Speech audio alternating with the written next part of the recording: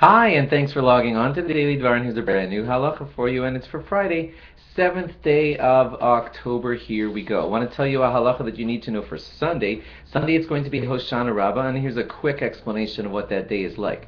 Hoshana Rabbah is basically the final stamp on the final seal that happened on Yom Kippur. So on the day of Hoshana Rabbah, it's quite festive, and the davening of Hoshana Rabbah morning in some ways resembles a Yom Tov davening. In some ways it resembles a weekday davening.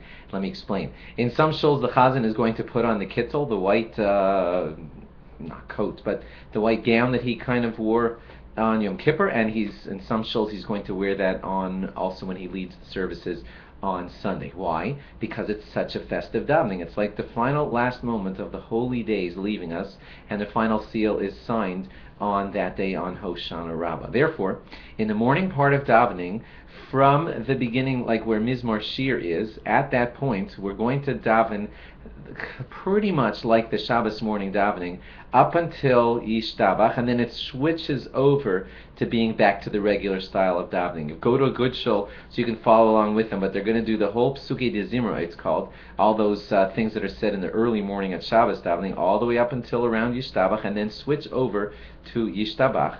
And then, of course, the usual Chol HaMoed davening throughout the rest of Hoshana Rabbah. If you haven't said Tashlich yet, Tashlich can still be recited until the morning of Hoshana Rabbah, and that's pretty much your last chance to do that. So make sure, if you haven't said Tashlich yet, to say that on Hoshana Rabbah. Some families will actually treat it just like Yom Tov, and they'll go to a davening that takes nice and long with lots of singing. They get home nice and late, and they eat a full Seuda like they would on a Yom Tov day, and by the time davening is over, with all the singing and the Seuda, it's 2 o'clock in the afternoon, just like they kind of do on Yom Tovs. You don't have to do it that way, but that's the way some families will be treating it, like almost Yom Tov, but you're still allowed to get in a car and drive.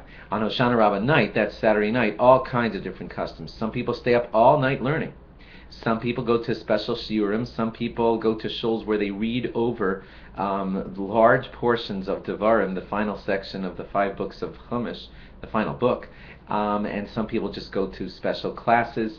But that's because it's a very special day. Please keep that in mind and plan accordingly. Contact your shul on how you can best celebrate the day of Hoshana Rabbah. Thanks for logging on, and log on again after Shabbos for brand new stuff, where hopefully we'll explain to you about Shmini Atzeres and Simchas Torah, which is coming up Sunday night, Monday, and Tuesday.